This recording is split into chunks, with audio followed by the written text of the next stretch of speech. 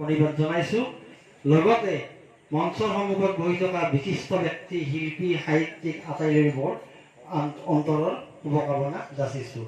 মই বিশেষ অনুষ্ঠান পৰিৱেশন নকৰোঁ, লোকসংগীতৰ লগত জড়িত হৈ সৰুৰ পৰাই আছোঁ শিক্ষকতাৰ মাজে মাজে। আজি মই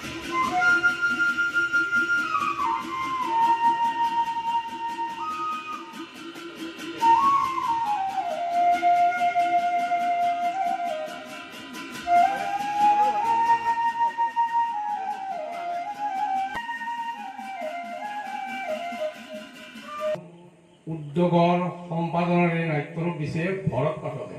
ভৰত পাঠক বোধহয় উপস্থিত আছে, আপুনি ওচৰলৈ আহক, আপুনি ওচৰলৈ আহক। তো সেইখিনি আৰু মই আপোনাৰ মই নামটো মানে ভালকৈ নাজানো, কিন্তু মোৰ দেউতাৰ আপোনাৰ মানে প্ৰিয় ধাৰাবাহিকখনৰ মানে তেখেত আছে। তো দেউতা এতিয়া নাই, কিন্তু আগতে প্ৰায় মানে আলোচনা কৰোঁ। মই সেইদিনা আপোনাক বৰলা কায়েৰে হয় সেইদিনা মই বৰপেটা টাউনত মই যে একো নাজানো, কিন্তু আজি বুজি পাইছো যি কঙাল সি সকলো ফালৰ পৰাই কঙাল। যি হওক তোৰ কিন্তু সেইটো ৰূপত দেখি মোৰ বৰ ভাল লাগিছে অ দাদা। মই কিন্তু সদায় তোক সেইটো ৰূপতেই চাব বিচাৰিছিলো।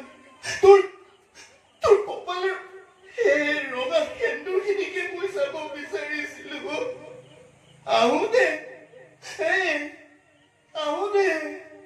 মই যে আজি এখন বতাহবিহীন নাৱৰ এজন দিশহাৰা পথিক, এজন পথৰ ভিখাৰী।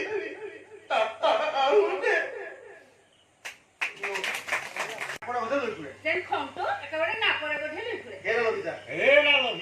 তোমাৰ কথা শুনি মোৰ খং উঠিব। এতিয়া তোমাৰ কথা শুনিহে মোৰ খং উঠিব।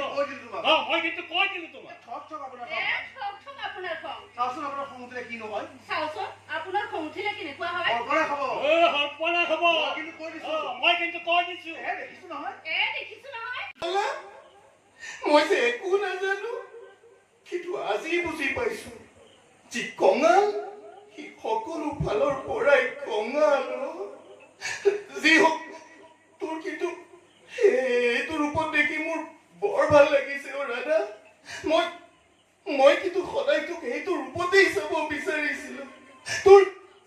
তোৰ কপালৰ সেই ৰঙা সেন্দুৰখিনিকে মই চাব বিচাৰিছিলো।